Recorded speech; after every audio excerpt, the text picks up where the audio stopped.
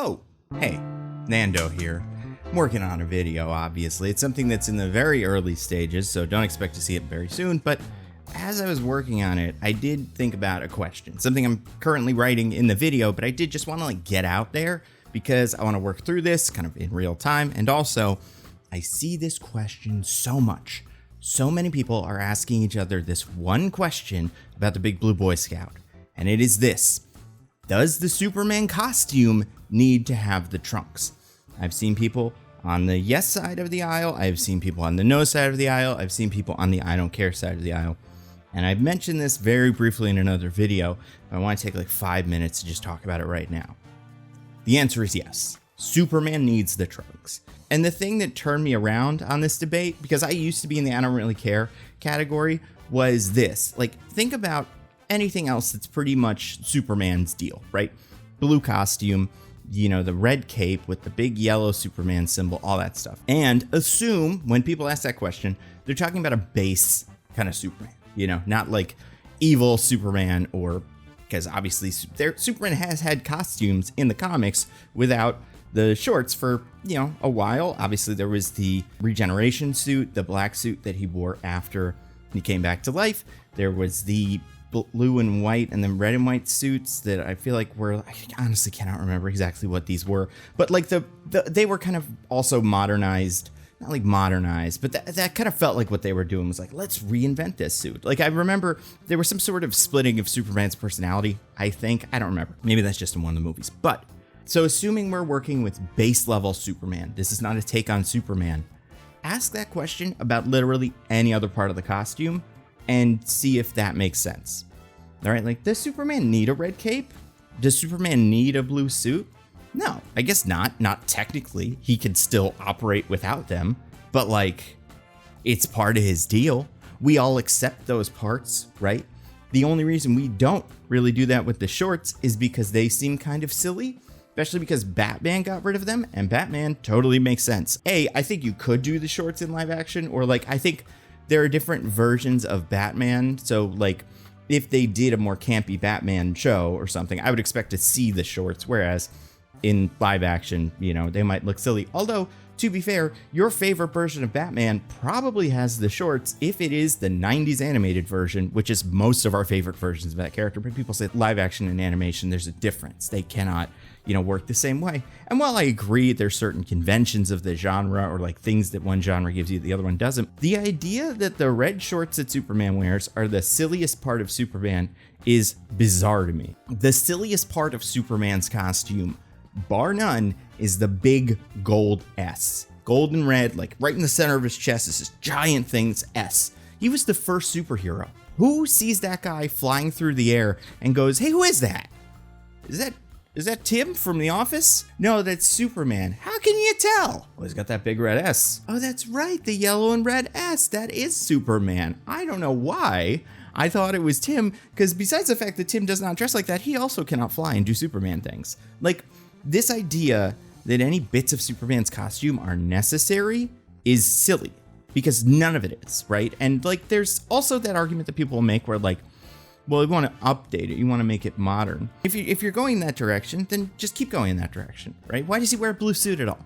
If he is powered by the sun, like he does when he comes back to life, black is the ideal color for him because he is going to absorb more solar heat radiation. I don't know how that works, but that was proven to be the way that you boost up a Superman. So he should always be wearing black. Also, if he's ever going to hide, black is helpful for that, right? And he shouldn't have a cape either, because the cape is kind of silly. It makes noise and it's, could get in the way. Obviously, the Incredibles did that. And I do think, I don't 100% blame the Incredibles for this. I blame the success of Batman Begins, the very realistic Iron Man suit in the Iron Man movie. Then I guess I blame Superman Returns for not doing super well and having the shorts, to its eternal credit. And I think that movie is okay. The Superman costume in that movie is, I think, pretty good. And I think overall, it worked for the Marvel Cinematic Universe because they're what they're going for. They were going for a very grounded, obviously not super grounded, but rooted in the world we live in. It seemed like they were starting from that, that place and working backwards, putting the comic things into it. Whereas with Superman, you build the world around him. You build the comics that exist around him. Metropolis is a fake place, not like New York City. It is futuristic and the city of tomorrow and hopeful and all of the things that, New York City sometimes isn't. Not saying New York is bad, but it has its own kind of style that makes no sense, right? It's got this weird Art Deco thing going on in like the present day. So also people dress like it's the 50s sometimes. And, depending on the adaptation, I'm thinking a lot of this comes from like Superman Returns, but I think that's part of the charm of Superman. So let's say you think it's silly. There's two alternatives. One, no, nothing down there. Just blue the whole way up like Henry Cavill's costume. I did not care for that. I think it's too blue.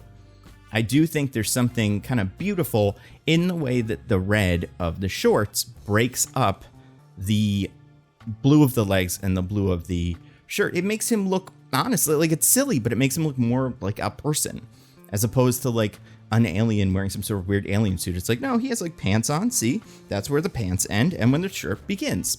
Now, I'm sure people will say, well, they don't wear the underwear on the outside. Well, I don't know. That's just how they chose to do it at the time, but I think it works. The alternative is what they did with the New 52, which was the belt, the big red belt. And I don't think that's enough. I think that's 1 foot in the pool, 1 foot out of the pool. And at that point, it's like, get in the pool. Also, sometimes you want shorts, sometimes you want the briefs. That I don't care about. I think different things look good on different people. And, maybe there's different actors that you want different kinds of pants on, but some sort of pants, underwear on the outside of his pants. But why I have become so invested in this debate is because I think, so there's like a book, I didn't read it, but a book about checklists written by, I think, a doctor a while back. So interviews with him. And he was talking about the story of why I believe Van Halen had that ridiculous rider. It was that, because the rider, the things that you as the venue agree to do for bottled water and a plate of sandwiches or whatever. Theirs had no green M&Ms in the candy jar or in the candy bowl. There'd be all the M&Ms except the green ones. And why Van Halen put that in, people kind of attributed it to like, oh, those weird musicians and they hate the green M&Ms. What's wrong with them? Also, it might be brown M&Ms. I honestly can't remember. It's one of the two. And the reason they actually did it is because it was right in the middle of their rider that included the safety protocols. And they had a show with a lot of pyrotechnics and there was a lot of like explosions and fire and stuff like that. And what they decided was, if they don't, and they told them, like, you got to go through the whole thing, do every single thing exactly how we say, because it's a traveling show. And if they don't do everything the way that Van Halen says you have to do it, that could cause a disaster. So, like, you don't want somebody skipping steps. And that means if they did the no green M&Ms thing, they made it to the middle of the rider. So they're actually being thorough with it. And it's not that meant everything was good, but it's like if they got into a dressing room and saw green M&Ms, they would leave. Because they were like, these guys didn't read the thing. Or they're not doing things, or they're skimping. Whatever it is, we don't trust them with our lives and with your lives with this big pyrotechnic show. I'm sure you're wondering, who cares? I think the green M&Ms should be the Superman shorts. If you cannot make Superman's shorts work as part of his costume in live action in a movie, you should not make a movie about Superman. There's plenty of characters similar to Superman, especially alternate versions of Superman, but also just other heroes that have different costumes. A Green Lantern, similar. He can fly, shoot laser beams. If that's what you want, then that guy exists.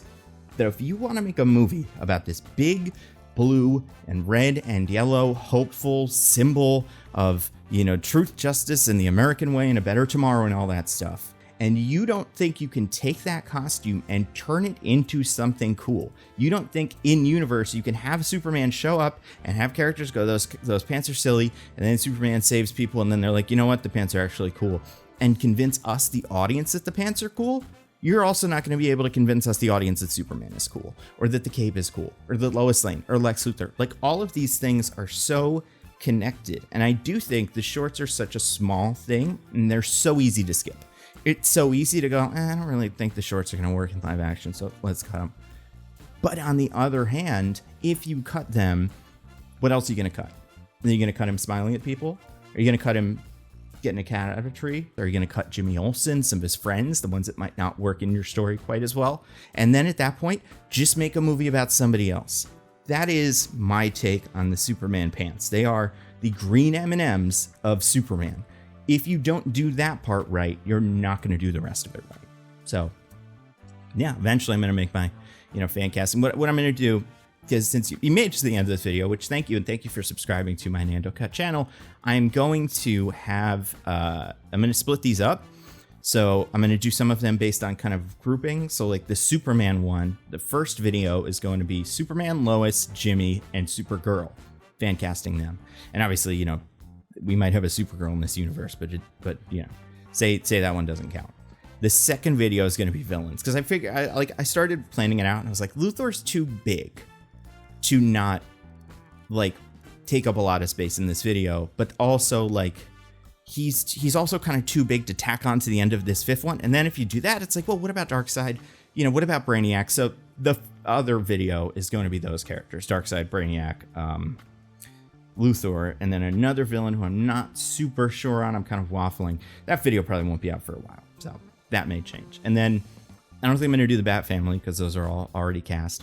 And obviously I've cast, besides the ones that I've cast in my videos, we have a live action Batman that I'd say more or less works. And then I'm going to move on to like other members of the Justice League, assuming that Man of Steel, Superman video does well. So watch the video where this drawing is in it, because that will mean I should keep making them. And yeah, I got tons of other cool videos. I think this year is going to be awesome. Thank you everyone that has subscribed to this channel and that follows me on, the Nando V Movies channel. Everybody that watches the videos on Nebula, if you watch the Nando V Movies videos there, thank you so much. Eventually these will probably make it over there, but for now I'm going to grow this channel here. And then once I feel like it's a good place, then, but also it has to do with the upload schedule. And like, I don't want to overwhelm people who don't want all of those videos. That's kind of, there's a lot of reasons why. And thank you everybody who listens to our podcast, Mostly Nitpicking. It is right now 7:50. I am about to record an episode with DJ and Diggins talking about Mithrigan, which is guaranteed to be one of the weirdest movies of the year and one of the most interesting podcasts. And it's only January, but I have a feeling we've been talking about this for a while and I got thoughts. So the podcast is called Mostly Nitpicking. You can listen to it wherever you listen to your podcasts. We are at Nitpicking Pod on Twitter. And yeah, I will see you with this Superman video and a bunch of other videos very soon. Keep an eye out. Stay safe, and I'll see you next time.